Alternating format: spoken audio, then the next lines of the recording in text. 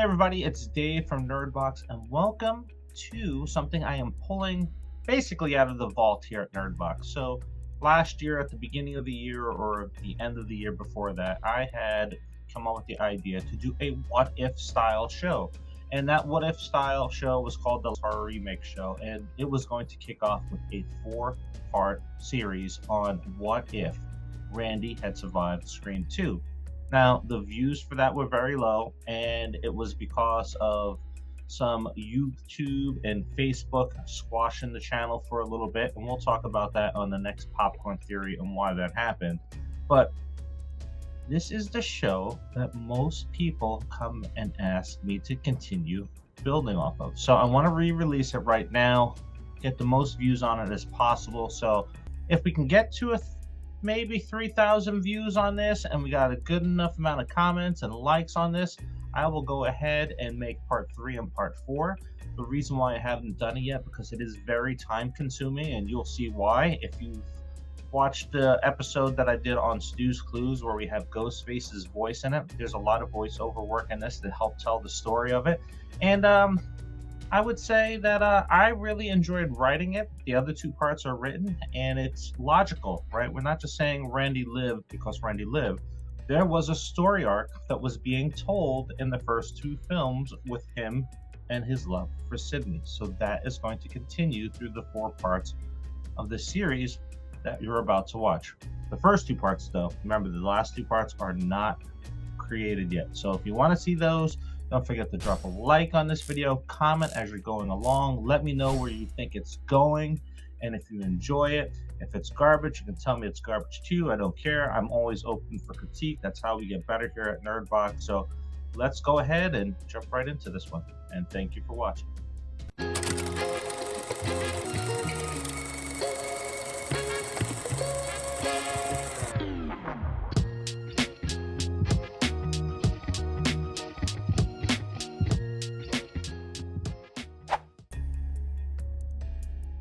Before we begin, we need to explore why Randy, the self-proclaimed love slave of Sidney Prescott, would have lived. This dude just wasn't a fan, he was a walking shrine to horror movies, spewing quotes like confetti, dissecting tropes faster than you can say final jump scare, and even laying down the law on how to survive a good old-fashioned slasher flick.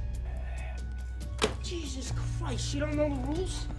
Have an aneurysm, why don't you? There are certain rules that one must abide by in order to successfully survive a horror movie. For instance, number 1, you can never have sex. Big no-no! Big no! I'm a dead man. Even in popcorn, sex equals death, okay? Number 2, you can never drink or do drugs. No, the sin factor. It's a sin, it's an extension of number 1. And number 3, never, ever, ever, under any circumstances say, I'll be right back. Because you won't be back. I'm getting another beer. You want one? Yeah, sure. I'll be right back! Think of him as the ultimate hype man. His knowledge kept everyone entertained and maybe a little bit spooked, but also proved crucial in a fight against Ghostface. He was a loyal wingman using his horror movie IQ to help the crew navigate the nightmare. But here's the kicker, Randy was basically the audience's spirit animal. He reacted to the whole ordeal with the same wide-eyed terror and popcorn-clutching anticipation we all felt. He pointed out the classic horror tropes unfolding in real life, reminding everyone, hey, this is just like that movie where His body will come popping up in the last reel somewhere. Eyes gouged out, fingers cut off, teeth knocked out. See, the police are always off track with this shit. If they watch Prom Night, they'd save time. There's a formula to it. A very simple formula. Everybody's a suspect. While losing Randy was a major blow because he was a part of the original Core 4, it reminded us in Scream that no one is truly safe, including the horror expert. Now, they tried to copy him after he, kicked the bucket, but those attempts were about as scary as a sock puppet on Prozac.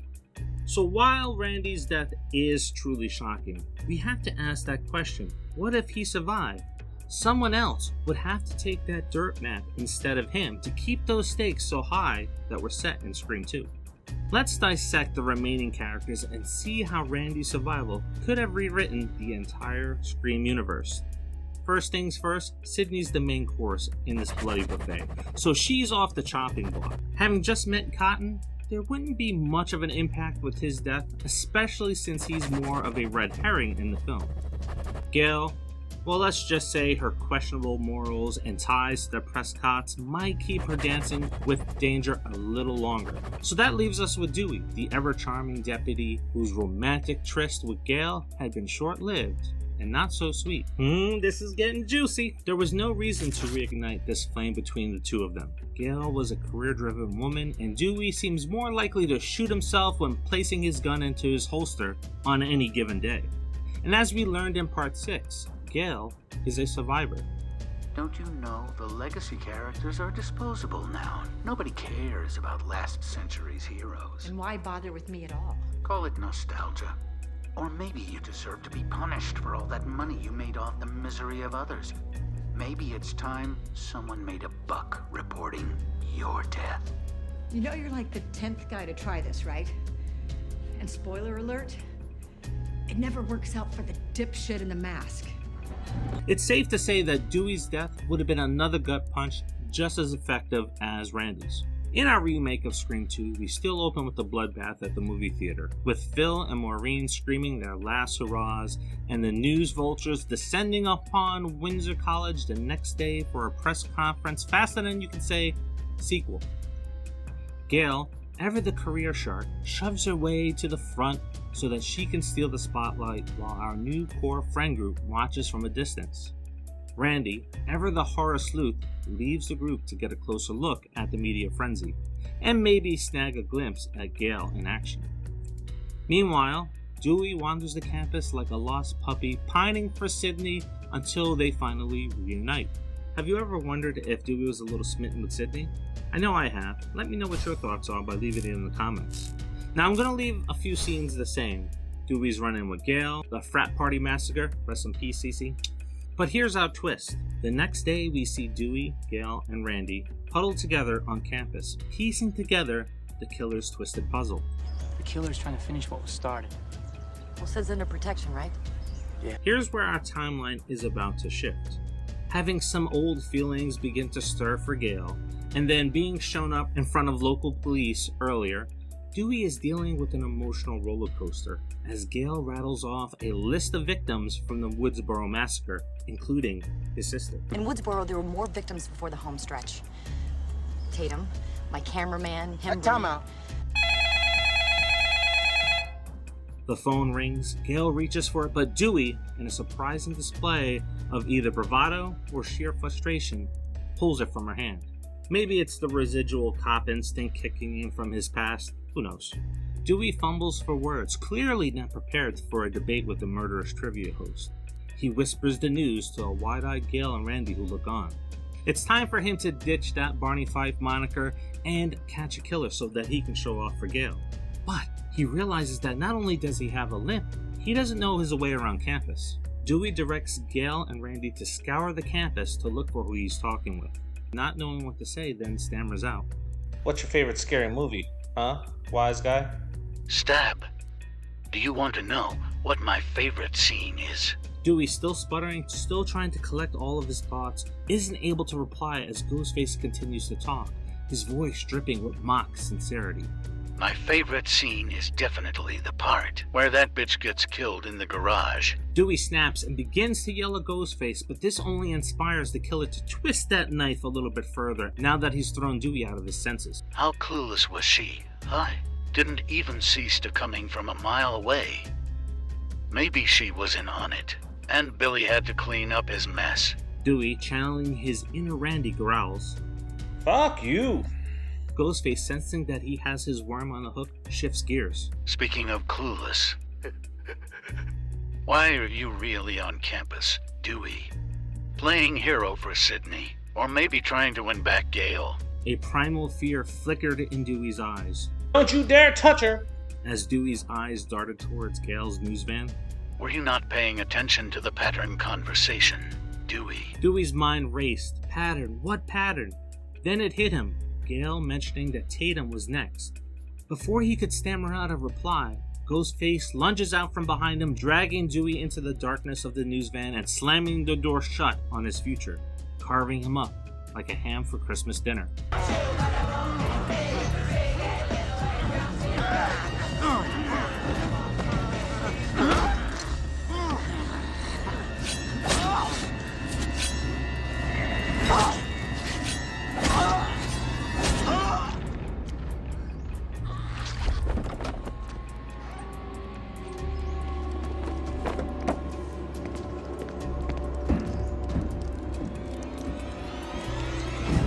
So it makes a lot of sense here where Randy would be substitute with Dewey on a few different levels here. One, the impact on the fans that are watching the movie. Two, keeping the stakes really high because we don't know who is going to die next and any high stake character could be at play. But then there's that pattern where a Riley is next on the chopping block. Now let's fast forward ahead to the confrontation between Sidney and Cotton at the library. Cotton is brought into the police station for questioning. Inside, Sidney is a wreck. It shouldn't have been Dewey. It should have been me. I should call his mother. Derek lowers her hand and asks Randy if he can make the call instead, so that he and Hallie can take her back to the dorm. Randy rolls his eyes before reluctantly agreeing, feeling that he should be the one at Sidney's side instead of being Derek's errand boy. And this continues the story arc of Randy being in love with Sidney that never got to play out, and it makes more sense if Randy would survive over Dewey. Randy makes the call outside where he sees Gale stepping out of the police station. You! This is all your fault. You wrote the book inspiring this psycho. Oh, please. Newsflash, Randy. This is not my fault, and I have nothing to do with it. And just like we saw in Scream 2 between Gale and Dewey, it dawns on her that she may have. Hey, wait a minute.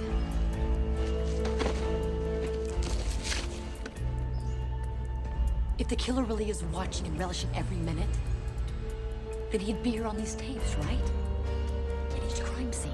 Randy comes to his senses with a mischievous grin and reveals that he has the keys to the film studio while raising them into the air, dangling from his finger. And this would make more sense than Dewey having access to the college. You would imagine with deaths occurring on campus and around campus, a lot of things would be on lockdown. But Randy would have the keys because he's a film student and probably a part of some programs. Now, for the rest of this remake, we're going to minus the brief makeout session that happens as Randy fulfills Dewey's role in the remainder of the film, even being used as a pincushion by Ghostface against the soundproof glass. Scream 2 would play out the same after that. But hold on to your popcorn, Nerdboxers, because the real twist in Randy surviving won't happen until the next part of this series, Scream 3, which we will dive into in Chapter 2 of this story, of what would happen if Randy survived in Scream 2. The Randy Meeks remake timeline will span over 3 more films, and a new episode will drop each month.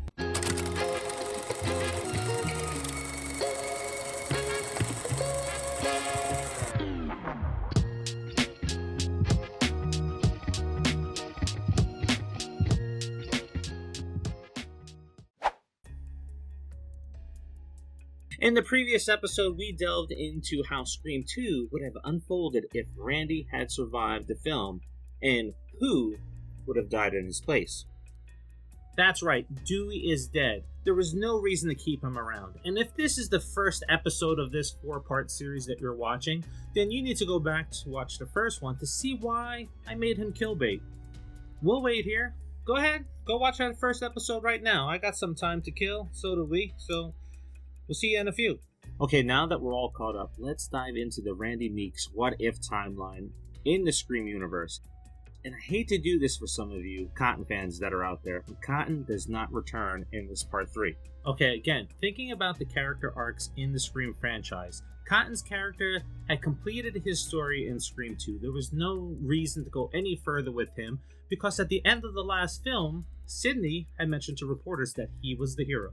The stage lights dim, casting long shadows across the set of True Crime Stories with Gale Weathers, cable's hottest current affairs show. Gale, in her power suit, slams down her interview transcript. It had been a battle royal with Don Crosby, head of Sunrise Studios, who sweated like a sinner in church under Gale's relentless questioning about NDAs and rumored hush money payments paid out to women over the past 2 decades. Gale is joined by one of the show's producers as she walks off the set and is asked if she is sure about going to war with the Hollywood and the elite. With fire in her eyes and a shark's grin, she responds with, "Honey, I wasn't born with a spoon, I was born with a blowtorch. Sunrise Studios is about to get a taste of the heat." This story was about to explode, and Gale Weathers was ready to be that spark. Later that night, long after the crew had scattered, Gale lingered in her office waiting on a call from her informant. The silence is broken only by the hum of the building's ventilation systems. The whistleblower, who promised to turn over more dirt on Sunrise's darkest secrets, was late.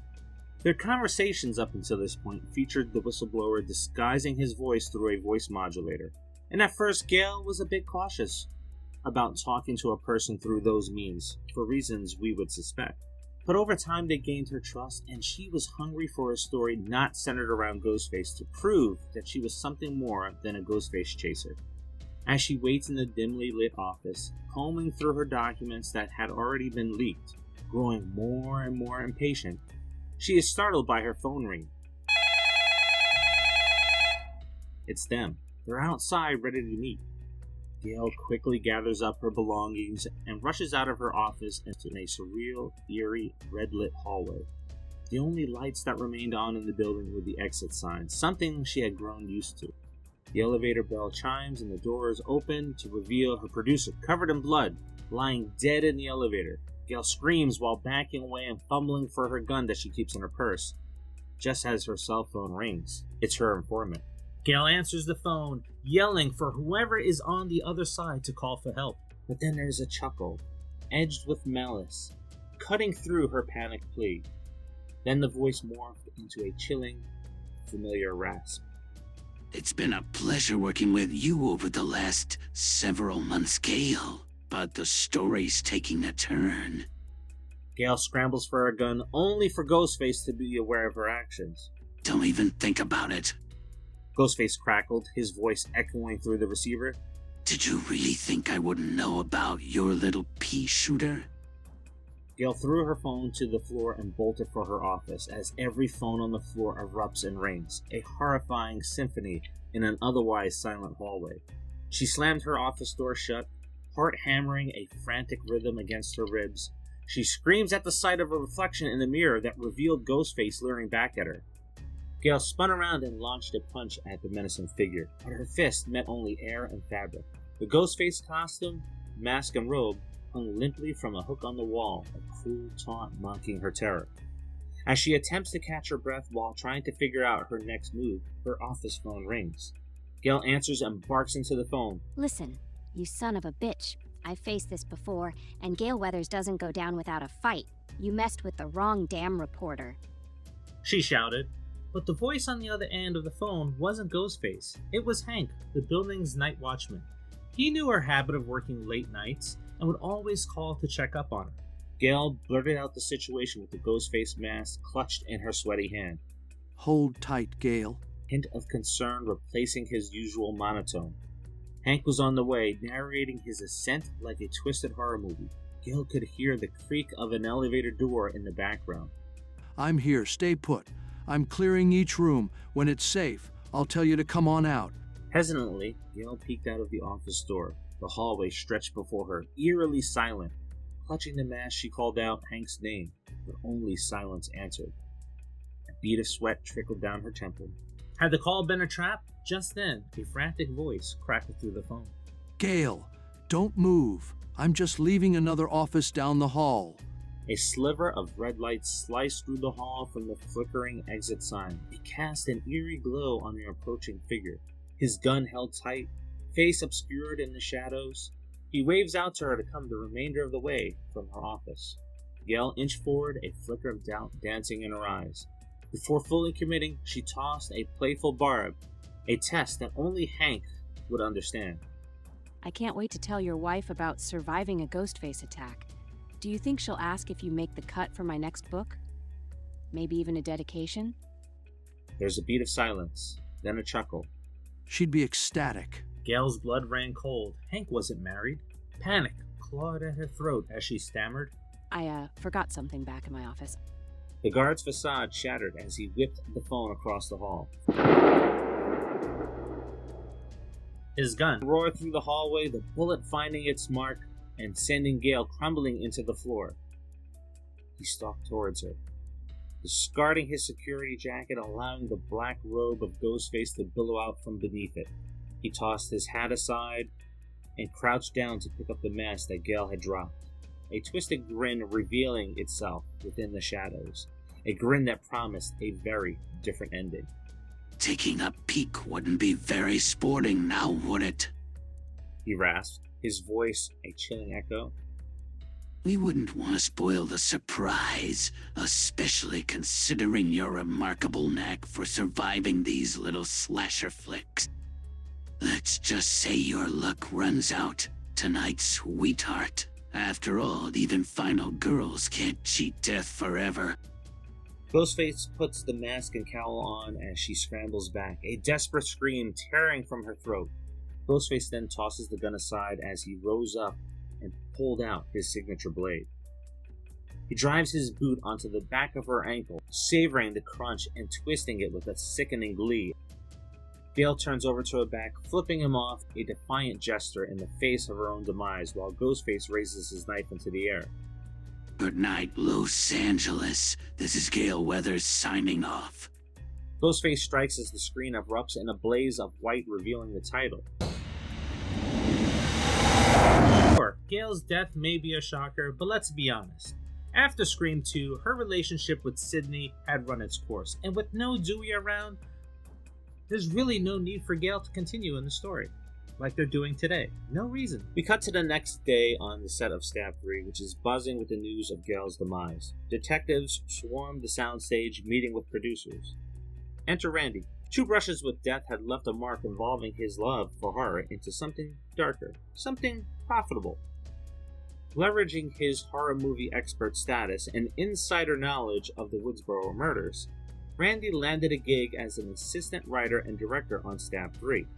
We're going back to Woodsboro after all, and who better to recreate that terror than someone that lived it? His involvement led to the recasting of Sidney from the previous two films, a fresh face, someone who mirrored the real-life Scream Queen a little too closely. A chipper Angelina bounces onto the set, her enthusiasm a stark contrast to the grim mood on set. She loops her arm through Randy's as Don, Roman, and the ever-present detectives Kincaid and Wallace descend upon them. Their news? Gale's a goner. Randy cracks a morbid joke about Gale's long list of enemies finally catching up with her. Kincaid, however, isn't buying the humor. He reminds Randy that Gale was about to spill some studio tea. Tea that could scald. To further drive the point home, he throws a photo at Randy, a photo that was left at the scene of Gale's murder. Randy recognizes her from a cheesy 60s B movie that Sunrise Studios had put out. Yet something about it nags at him, a feeling that requires some serious digging, and he keeps quiet about it. Later that evening, Sarah Darling bites the dust, prompting the detectives to round up the entire Stab 3 cast the following day, Roman included. As the suspects sweat under the harsh lights, detectives share two new photos that were left at the last scene of the crime. A new one of Rena, and a second one of Angelina, only hers featured her eyes viciously scratched out with a chilling message left on the back. Not her. Randy, ever the horror movie encyclopedia, drops a bombshell. Rena Reynolds. That's Maureen Prescott, Sidney's mom. Looks like Ghostface is playing a twisted game of Mommy Dearest, trying to drag Sidney back into the spotlight. Detective Kincaid presses for Sidney's location, but Randy says that he doesn't know where she is. She's either in danger or the person responsible for all of this. Kincaid barks.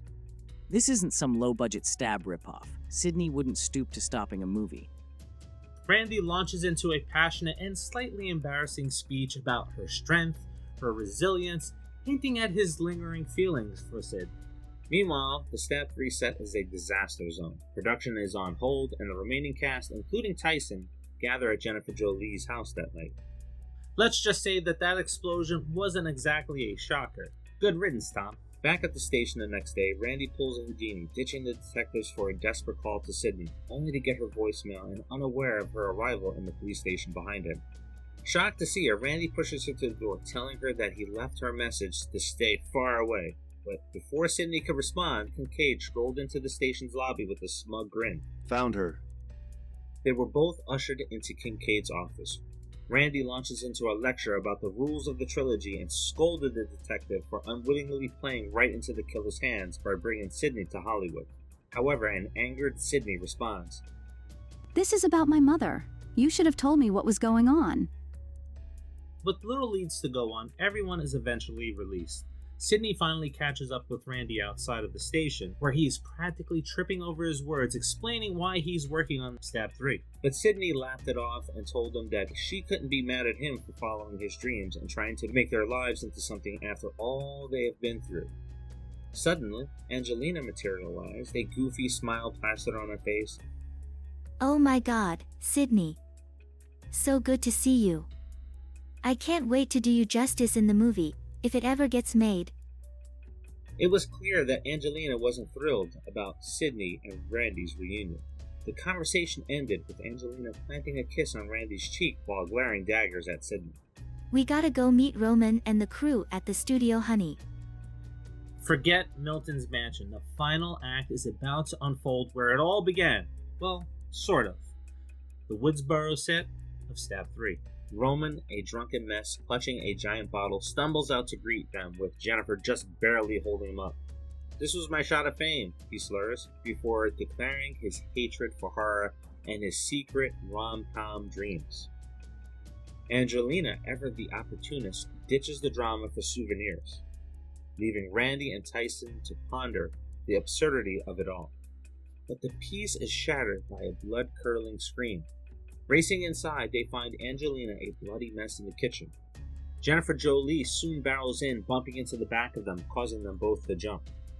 Ghostface then bursts from the closet like a deranged jack-in-the-box, but before Ghostface can deliver his signature scream-worthy attack, Tyson throws a mighty punch, sending the killer reeling. Unfortunately, history repeats itself, with a slight twist. Just like in the movie, Tyson and Jennifer fall victim to Ghostface's blade. And then Randy, he's snagged by the killer and tied to a chair with Roman. Both pawns in Ghostface's twisted game, designed to lure Sydney into the deadly trap. After Ghostface calls Sydney to reveal his sinister plot, Sydney soon arrives on set and manages to free both Randy and Roman. But before they can collect their thoughts, Ghostface strikes again. Sydney finds herself locked in a desperate struggle against the killer, and just as things look dire, Kincaid burst in to lend a hand. However, his heroic entrance is short-lived. Ghostface delivers a brutal blow, sending Kincaid crashing to the floor, unconscious. Everyone scatters, but eventually Ghostface finds and corners Sydney and Randy before revealing their face. It's Angelina, her face twisted with a cruel glee. She begins to taunt Randy over his feelings for Sydney, and Randy's eyes dart across the room, looking for their next steps and what they can do to escape Angelina's blade, when Roman emerges from the shadows, providing them with a glimmer of hope that it's now 3-on-1 and the tables were about to turn. Only just then, Roman reveals his connection to Sydney, a motive as dark as his heart.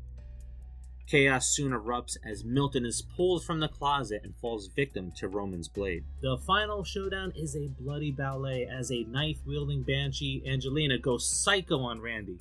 Luckily for him, Kincaid, ever the hero, blasts her away with a well-placed gunshot. Meanwhile, Sydney, fueled with rage and grief, faces off with Roman. She emerges victorious, killing him with his own knife. The film ends on a familiar note, Sydney walking up to her house in the hills with her dog. Randy and Kincaid stand there on the porch waiting for her to arrive when Kincaid nudges Randy. "Still gonna make those horror flicks, Meeks?" Nah, I'm thinking rom-coms. At least in those, the guy gets the girl. Sydney reaches the porch. She throws her arms around Randy in a grateful hug, then leans in and surprises everyone with a kiss for Kincaid. With our story reaching a conclusion and the third installment of the Scream franchise, Dewey is gone, Gale is gone, but Randy's story continues. And just like the time jump we saw in the franchise, we are going to see that in this story as well because, well, Scream 4 is just that damn good. Now, please let me know what you think about this video and this series in the comments below. Don't forget to drop a like and comment on the video. And if there's any films out there or franchises that you have an idea about seeing an alternate story play out, let me know in the comments or swing by Facebook and drop a DM to me, and I will consider it for a future episode. Anyway, until the next episode, see you.